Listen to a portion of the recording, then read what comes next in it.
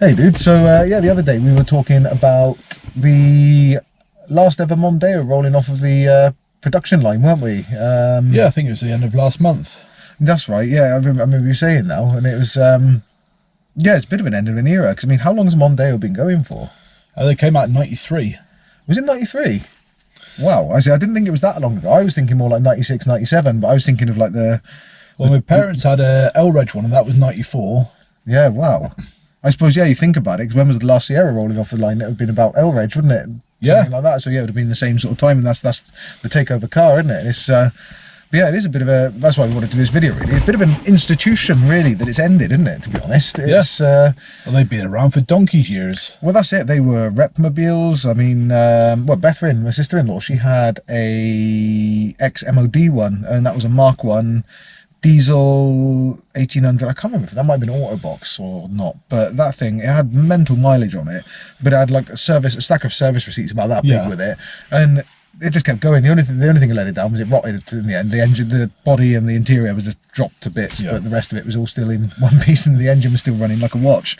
So it was that was a really good car. Then she went to a Y-Reg one, an estate, and that's one I'm sure she sold with 230 odd thousand miles on it. She's actually got a 15 plate one now. It's like, and she had a 10 plate, I think, hatch in between, but she missed the estate models then. But it's one of those cars, and once the people that have got them get used to them, they just don't want to part with them at all, do they? Which is... No, my parents only got rid of theirs because it just got a bit rotty and haggard. I forgot your parents had one. Otherwise they would have kept theirs for years, I reckon. Yeah, because it's it's one of those things that, like, I mean, it's one car I've never owned.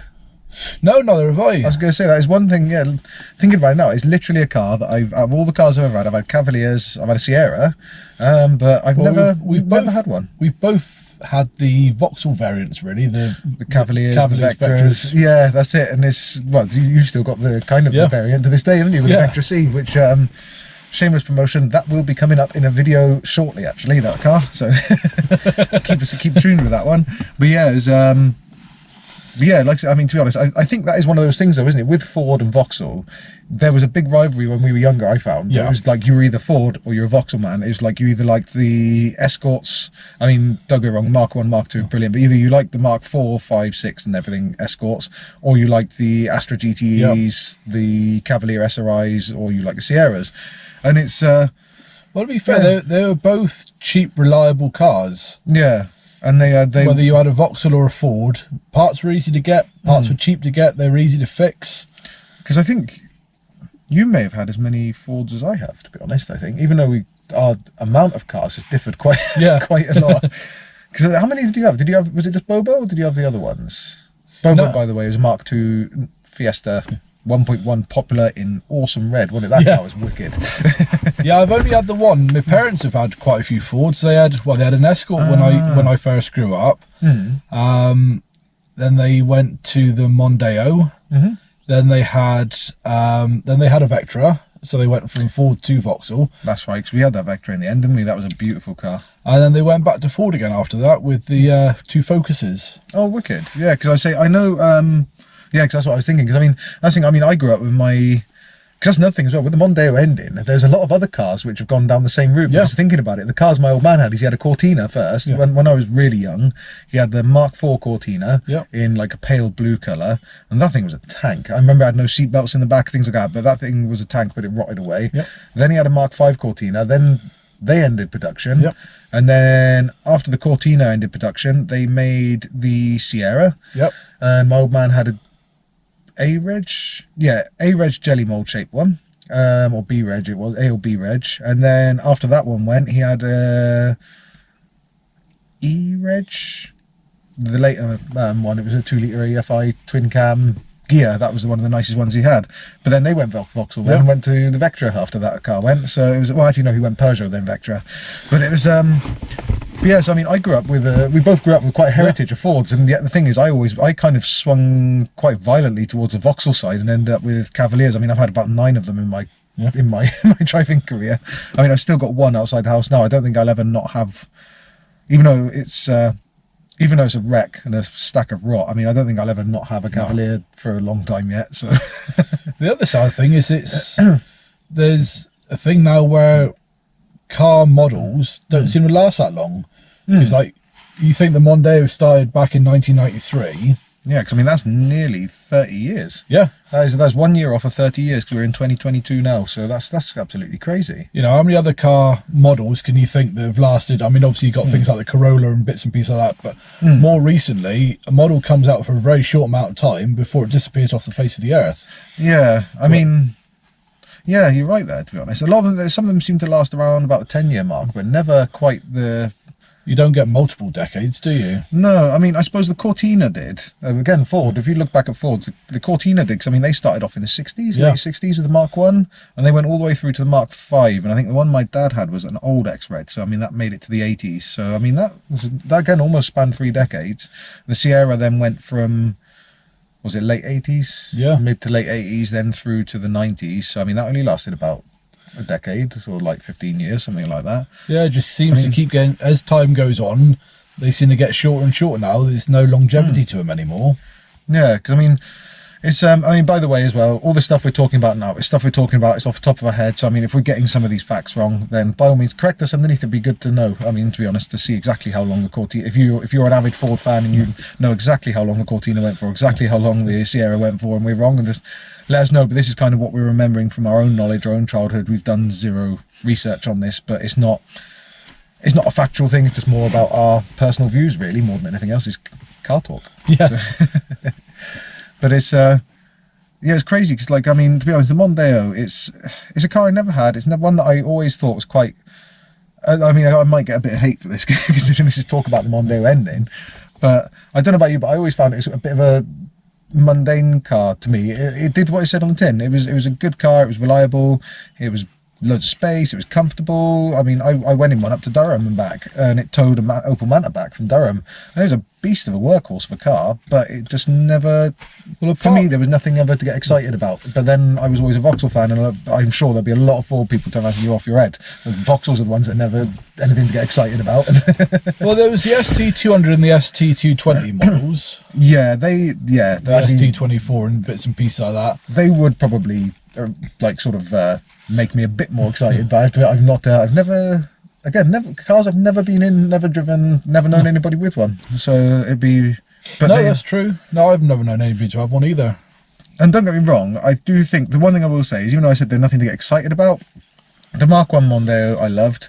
The Mark 2, when that came out, I thought was absolutely amazing, especially when they brought out the... touring cars. The blue and white touring car. Oh, and I actually saw a real one back when Halfords opened in Barnstable years ago. They had the Mondeo Mark II touring car there, and David Coulthard's F1 car, the McLaren Mercedes, yeah. And I mean, that's showing how long ago it was. Coming Coulthard's a commentator now. Yeah. But I mean, I can't. Oh, excuse me. Shut up. There we go. That is our 10-minute. That is our 10-minute timer. However, I can see that we've only been going for about 8 minutes. So. But it's just to let us know not to drivel on too much longer. Yeah. But yeah, it's I forgot what I was going to say now. Oh yeah, that was it. I'd love to work out when Halfords opens. I'm sure I've actually got the pictures somewhere of those cars. I think I took them on an old camera. Yeah. I mean, this was before digital cameras even. But it was. But yeah, that car and the touring car was fantastic. I mean, the next model then, the Mark III. That again, to me, the standard models didn't do anything for me. They were okay, but they looked a bit angular, a bit weird at the time, but then they grew on me as time went on. But the ST one they did was really nice, but I still preferred the Mark II. So what was your favourite Mondeo of all of them? The newest one as well, I will say it was nice, but then I also hate it for the same reason that it destroyed the Mustang for me, the new Mustang. Oh, because they look fairly similar, don't they? They look identical. The newest Mustang, don't get me wrong, the 5-litre V8, that is a real muscle car. It's a lovely car, but when they sat there side by side, the Mustang just looks like a Mondeo coupe. Yeah. And it does. And like I said, don't get me wrong, it means that the Mondeo Tourer hatchback, saloon, whatever, is quite a badass looking car, but it also means that the Mustang now looks like a family hatchback. So it's kind of, for me, it killed the Mustang. So I hate that model for that. Yeah. So it's just like, oh, great, okay. So when they re-released the new Mustang, I was over the moon. And then, yeah, when they did that, especially in the UK. Yeah. But then, yeah, when they did that, that really did just, yeah, that kind of destroyed that model for me. So I would say my favourite is still the Mark II. But sorry, I cut you off then. What was your... I kind of like the previous to the most recent model, because I had one as a courtesy car. back along. I had a 2008 plate one. And admittedly, I didn't like the front of that one too much, but they did a facelift version where they changed the lights. Yeah, and it's a much nicer looking car. And I know the one you mean, actually. Yeah, there was a chap who lived up the road from us who had one. It's really nice looking car, to be fair to him. I actually looked recently, like last week, to see how much they were to possibly look into getting one. So oh really? Yeah, funny enough, it's all come a little bit full circle. me looking for the Mondeos and then going, oh, actually they stopped making them now. Yeah. Well, it's really strange because, to be honest, the same day that me and you were talking about it, you brought it up with me, and me and one of my friends who works in the same line of work as me, we were actually talking about the same thing that day, because we were talking about one landed on my my screen that needed fixing, and it was a Mondeo Hybrid. And he said to me, he said, what age is it? And I was like, I don't know, I can't see it. All I could see is it just said Mondeo Hybrid. Yeah. And I said to him, well, it must be after like 2016. And I said, but it can't be no later than, I said to him, I don't think it could be any later than 1920, because that's what I thought the car had actually ceased to be made before this year.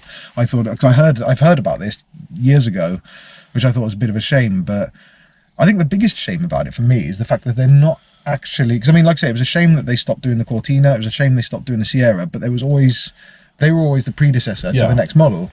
So you had like the Cortina was a predecessor to the Sierra is a predecessor to the Mondeo, but that's it. They've pulled the plug. They're not doing that sort of size car now, are they? I mean, the Focus is the biggest one they're doing, and don't get me wrong, the new Focus is at the same size as the old Mondeos easily, if not slightly bigger. So that is why they pulled the plug. But well, I think what were the former like family cars, Repmobiles, that kind of thing, is now dying off for the SUV market, because more people now will buy an SUV to have as a family car because it's a little bit more versatile. And you don't often get a lot more space in them than you would in a standard estate car. Yeah, that unfortunately seems to be the way things are going now. Is the previous family cars are dying out. Yeah, for the Chelsea tractor. That is true in a way, because I mean, to be honest, we would use, I mean, as you could possibly see, we're actually sat inside of Oshikuru, my Shogun Sport.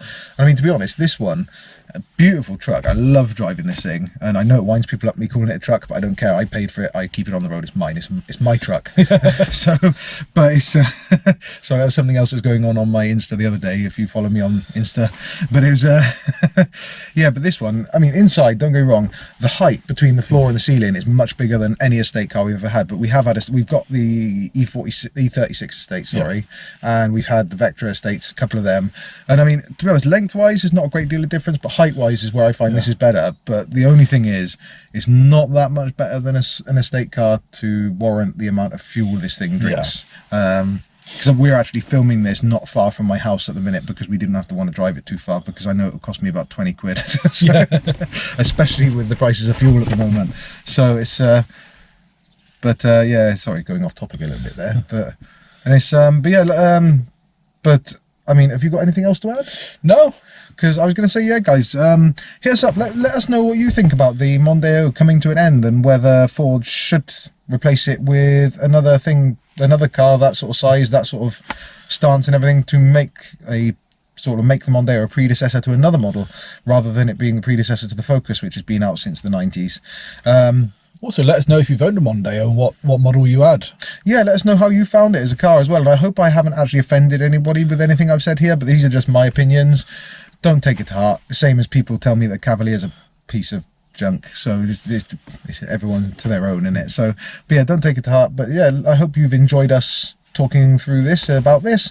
And yeah, like I say, let us know what you think. And like Morg said, whether you've owned one as well. Also, don't forget you can find us on Twitter, which I've become slightly more active on now. Insta, which is wolf_kiff. Facebook, which is wolfkiffworkshop. We actually have a group now as well. So if you wanted to join the group so you can actually join in and chat with us a bit more, find us on there. But yeah, thanks guys. We'll see you on the next Car Talks. Cheers.